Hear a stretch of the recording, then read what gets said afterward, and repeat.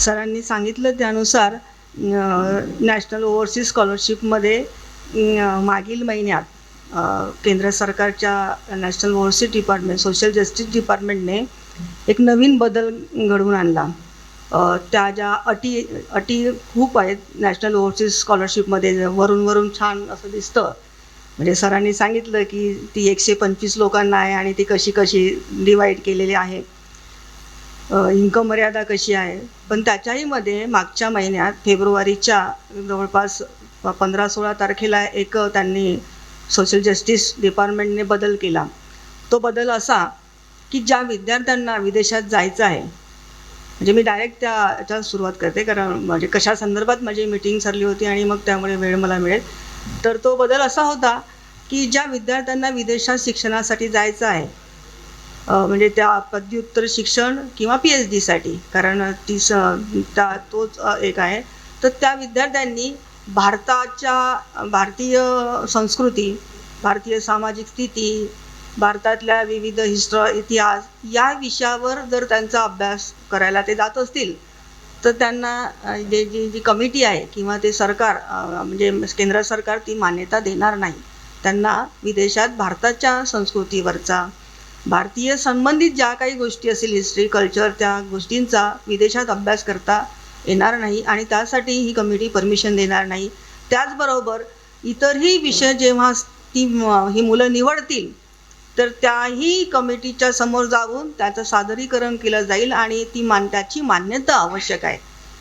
तर अर्थातच जेव्हा हे असं कळलं, म्हणजे काही एका मुलीने ट्विट केलं आणि मग लोकिता नावाच्या, आणि मग ते संबंध मग अवनी पाटील सरांनी पण आम्हाला कळवलं आणि त्या अनुषंगाने आम्ही मग विविध मुलांशी चर्चा केल्या ज्या विदेशात आहेत.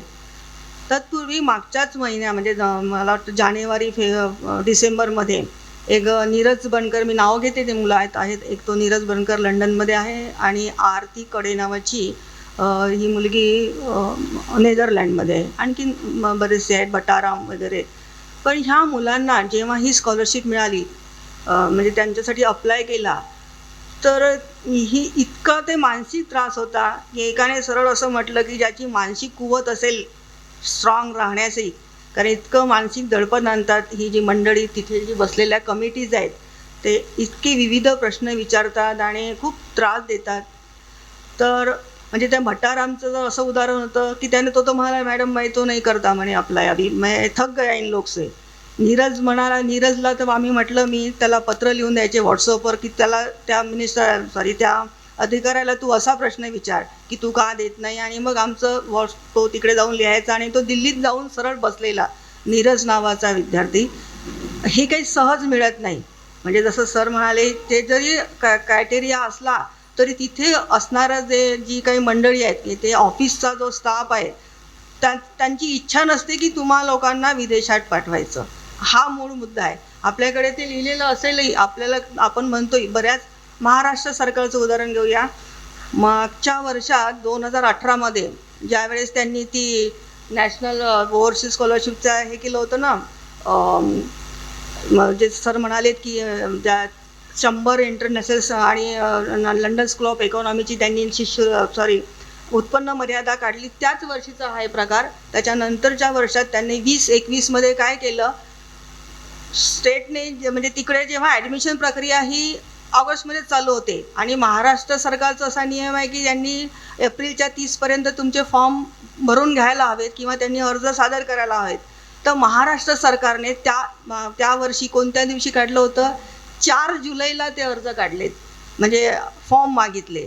आणि मला सांगा, त्यांची प्रक्रिया तिकडे सुरू झालेली असते. तुम्ही 4 जुलैनंतर कधी छाननी करणार, कधीच ती मुलं सगळं भरणार. बरं, हे सगळं केलं, समजा आम्ही त्या क्रायटेरियामध्ये बसलो, उत्पन्नाची मर्यादा असेल, आमच्या टोफेल पास झालं, त्या परीक्षा असतील, ह्या सगळ्या पास झालो, तरी पुन्हा ते जे 2 लोकांचे हे लागतात जमानत पत्र. बरं, ती जमानत घेणारे सहज नसतं की बाबा हा मुलगा जर झालं नाही, त्याचं शिक्षणचं मी पूर्ण जबाबदारी घेईल अशा पद्धतीचं. तर सहसा असं लिहून देणारा, मग त्या बँकेमध्ये 50,000 असणं गरजेचं. बरं, असे 2 व्यक्ती त्यांना हवे असतात. बरं, हे इथंच थांबत नाही. म्हणजे बाबा जमानत सगळं ठीक आहे, एखादा नातेवाईक जवळचा कुटुंबातले असतील तर होऊन जाईल. परत दोन प्रशासकीय अधिकाऱ्यांची जी पाहिजे ना राजपत्रित अधिकाऱ्यांच्या सिग्नेचर शहरातला माणूस आणेल, खेड्यातला कसा आणेल? एखादा गाव खेड्यात राहिला, गड्डी गोदाम म्हणजे जसं आता आपण गड्डी गोदाम फेमस झालं, शहरातला आणेल तो, पण गाव खेड्यातला असेल आणि ती मुदत जी असते जेव्हा ते त्यांचं नाव सँक्शन होतं आणि ती मुदत ती अवघ्या 4 दिवसाची असते. अशा वेळी मग हा सगळा अट्टहास कशासाठी? 2 लोकांचं जमानतपत्र कशासाठी? तो एखादा विद्यार्थी ताबडतोब कसं काय सोडेल? काही अडचण असेल गहन तेव्हाच ते एज्युकेशन सोडेल तिथून. ह्या सगळ्या गोष्टी आहेत. बरं, आता हे इथंच नाही थांबत. याचं कनेक्शन पुन्हा असं आहे की जसं मगाशी म्हटलं की कल्चरसाठी नाही आहे. हे बघा, या शिष्यवृत्त्यांना आहे ना, या स्टेटनी वेगवेगळ्या स्टेटनी नावं मोठी सुंदर दिली. कोणी म्हणतं प्रबुद्ध भारत कर्नाटक सरकारची, कोणी आंबेडकर ओव्हरसीज, असं आपल्याकडे छत्रपती शाहू महाराज किंवा पंजाबमध्ये वेगळं. गंमत म्हणजे कसं की ही मंडळी त्यानुसार काही वागत नाही. बरं, वेळोवेळ आता मी जेव्हा बोलते त्या लोकांशी, आता जेव्हा आम्ही कल्चरच्या बाबतीत जेव्हा सरकारने बदल केला आणि मिटिंग घेतली, म्हणजे जवळजवळ 20 वेगवेगळ्या स्टेटमधले म्हणजे आंतरराष्ट्रीय पातळीवरचे, अगदी अमेरिका असेल, लंडनचे होते, सगळे त्या संघटना होता. ते एक आम्ही कॉमन लेटर दिलं सरकारला. ते 20 संघटना आणि 365 असे दुसरे स्कॉलर्स, अशा वेगवेगळ्या, आता ती सगळी नावं घेत नाही मी, त्या सर्वांनी एक सरकारला लेटर दिलं आणि मग ते पूर्ण केलं. बरं, पुढे असं झालं की डी रविकुमार जे आहेत त्यांनी एक आमच्याशी मीटिंग घेतली ऑनलाईनच अर्थात, आणि त्यांनी आम्हाला आश्वासन दिलं की मी हा प्रश्न संबंधित ज्या मिनिस्टरकडे मांडतो, आणि त्यांनी मग तो पाठपुरावाही केला. आम्ही आठवले सरांनाही पत्र दिलं, जे संबंधित होते त्या सर्वांना आम्ही ते इंटरनॅशनलच्या ज्या आमच्या 20 एकंदरीत 20 संघटना, त्याच्यामध्ये आपली संघटना आपण समता दलालाही सामील केलं आणि त्या सर्वांनी दिलं.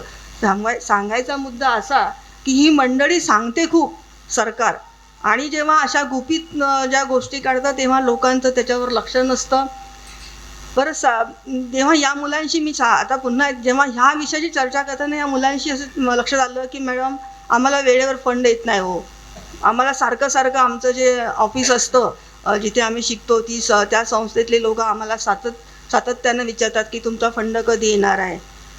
आता दुसरं असं गंमत म्हणजे महाराष्ट्र सरकारने 19-20 तो तर काळ सपोज आपण समजूया की याचा असेल कोरोना काळ, पण महाराष्ट्र सरकारचं असं रेकॉर्ड खराब आहे की सरकारला ऑस्ट्रेलियनच्या काही 1-2 युनिव्हर्सिटीज आहेत, त्यांनी तर स्पष्टपणे तुम्ही जर त्या याच्या फ्रीशिप स्कॉलरशिपमधून जर येत असाल आमच्याकडे, याचा जर अनुदानातून सरकारच्या, तर आमच्याकडे तुम्ही अप्लाय करू नका, असं त्यांनी सरळ त्या युनिव्हर्सिटीजने, माझ्याकडे नावं आहेत, त्या युनिव्हर्सिटीजने सरळ त्यांना कळवलं की तुम्ही आमच्याकडे येऊ नका. ऑस्ट्रेलियातील न्यू साऊथ वेल्स विद्यापीठानं SC विद्यार्थ्यांना प्रवेश स्पष्टपणे नाकारला. त्यांचं म्हणणं आहे की तुमची सरकार वेळेवर आमचे फीस देत नाही, त्यामुळे आम्ही तुम्हाला प्रवेश देऊ इच्छित नाही. असं म्हणजे हे एक सांगितलं मी. असे अनेक 2-3 विद्यापीठं अशी आहेत त्यांनी आपल्या SCच्या मुलांना प्रवेश नाकारलेला आहे. त्याचं कारण प्रमुख असं सांगितलं की सरकार तुमच्यावर पैसा जो पाठवतो तो वेळेवर पाठवत नाही किंवा किंबहुना दिरंगाई करत आहे. मग अशा अवस्थेत आपण कसं जगायचं, हाही मुद्दाच आहे ना. म्हणजे कसं करणार? आहे आपल्याला नावं खूप सुंदर आहे, शिष्यवृत्ती आहे, विदेशात जायला मिळत आहे, पण सरकारला पाठवायचं आहे की नाही हाही मुद्दा येतो. सरकारने त्या लोकांचं म्हणणं असं होतं, खास करून भटारा म्हणाला, म्हणजे भटाराम जो आहे त्याचा मित्र एक ST समूहाचा आहे, तो म्हणाला की मॅडम तुम्ही ज्या तामिळनाडूचा उल्लेख केला ना सर, ज्या सरांनी आमच्यासोबत मीटिंग केली ते डी रविकुमार, ते तामिळनाडू, पण तामिळनाडू राज्यातले गेल्या 8 वर्षात विदेशात किती मुलं गेले ही सरकारची शिष्यवृत्ती घेऊन? फक्त 3 विद्यार्थी गेल्या 8 वर्षात. ST समूहाचे गेल्या 8-9 वर्षात 8च विद्यार्थी ही स्कॉलरशिप घेऊन गेलेत. त्याचं असं आहे की त्यांचं असं म्हणणं आहे की ती मोठा जी आहे मिनिस्ट्री ऑफ ट्रायबल अफेअर्स, ही मंडळी आहे ना, जरी त्यांना सँक्शन झालं, विदेशातून त्यांचं सँक्शन जरी आलं की बाबा तुम्हाला प्रवेश मिळाला, त्यांची स्कॉलरशिपही सँक्शन झाली, तरीही तिथे बसणारी जे लोक आहेत, जे स्टाफ आहे, जो अधिकारी वर्ग आहे, ती कमिटी त्या लोकांची एक्झाम घेतं, ओरल घेतं, आणि त्या ओरलमध्ये ज्यांचं सिलेक्शन झालं असलेल्या अशा कित्येक मुलांना त्यांनी रद्द केलं. मग आता मुद्दा कुठे येतो की केवळ आपण त्या जे क्रायटेरिया आहेत ऑन पेपर त्याच्यावर नाही, तर जी या लोकांच्या विशिष्ट दिमागामध्ये बसले आहे की हा वर्ग पुढे कसा जात आहे, अशाच पद्धतीचं सरांची परवानगी आपलं जिओ आहे फक्त ओव्हरसीज. तर ही ओव्हरसीजचं जे काही असेल हां. आता दुसरं असं की ज्या राज्यामध्ये भाजप सरकार आहे, मी खास करून जेव्हा अभ्यास करताना पाहिलं की गुजरातची काय स्थिती असेल, तर गुजरात असं एकमेव राज्य आहे की ते राज्य म्हणजे जसं बाकी राज्य NOS स्कॉलरशिपच्या तर्फे तुम्हाला शिष्यवृत्ती प्रदान करतं, पण गुजरात हे राज्य काय करत असेल, गुजरात हे बनियांचं राज्य आहे, तर ते लोक 15% दराने व्याज 15% या दराने म्हणजे व्याजाच्या दराने कर्ज देतं. तुम्हाला विदेशात शिका, बाहेर शिका, घरात शिका, कुठेही शिका, पण 15%. त्यांच्याकडे ही काही स्कॉलरशिप नाही. मग त्या मुलांनी कसं करायचं? तर एकंदरीतच असं आहे की ही जी मुलं जी विदेशात जात आहेत यांचे हे प्रश्न म्हणजे आता आणखीन गंभीर स्वरूप होत आहे की त्यांना असं वाटत आहे की ह्या एक्झाम म्हणजे ह्या ज्या NOS स्कॉलरशिपच्या आहेत ह्या बंद तर नाही करणार सरकार, किंवा महाराष्ट्र स्टेट जे आहे हे जसं आता NOS मध्ये करतात तसं GOI पण महाराष्ट्र स्टेटने काय केलं की महाराष्ट्र सरकारच्या काल एका वक्त्याने म्हणाले की 2-3 वर्षाची स्कॉलरशिप आली नाही, तर 2-3 वर्षाची नाही, 2013 पासून ते 2018 पर्यंत विद्यार्थ्यांना त्यांच्या खात्यात जी GOI स्कॉलरशिपची असते स्कॉलरशिप जमा झाली नाही, पर्यायानं त्यांची फीसुद्धा माफ झाली नाही. तीच अवस्था फ्रीशिपची आहे. मागच्या महिन्यातच केंद्र सरकार GOI गव्हर्नमेंट ऑफ इंडिया जी स्कॉलरशिप म्हणतं त्या स्कॉलरशिपला संपूर्ण 100% अनुदान गव्हर्नमेंट ऑफ इंडिया देत होतं. 2-4 दिवसापूर्वीच निर्णय घेतला की गव्हर्नमेंट ऑफ इंडिया केवळ 60%च त्यांचा हिस्सा ठेवणार आहे, बाकीचा 40% त्या राज्यांनी करावा. महाराष्ट्र सरकार इतकं म्हणजे भिकार आहे की त्यांनी या लोकांच्या फक्त कमिट्या नेमल्या संदर्भात. सेम अवस्था महाराष्ट्र शासनाच्या NOS स्कॉलरशिपची आहे, त्याच्याही कमिट्या नेमल्या जात आहेत, आम्ही असं करू तसं करू, पण प्रत्यक्षात म्हणजे जी अवस्था असायला हवी ती नाही आहे. म्हणजे कमीत कमी म्हणजे आपली जी जेवढी लोकसंख्या आहे, पॉप्युलेशन आहे, तेवढी तरी त्याचा तरी विचार करायला हवा. कारण 1954-55 पासून ही स्कॉलरशिप तयार झाली दोन्ही प्रकारच्या, आणि त्याची मर्यादा 125, 100 वरून फक्त 125 आले. ही मर्यादा वाढवायला हवी. विद्यार्थ्यांना होत असणारा त्रास विदेशात गेल्यानंतर ते सहजासहजी शक्य नाही. त्यांचे जे काही इन्कम आहे म्हणजे जी काही फीज आहे जी ठरवलेली ती वेळोवेळी तिथे जायला हवी.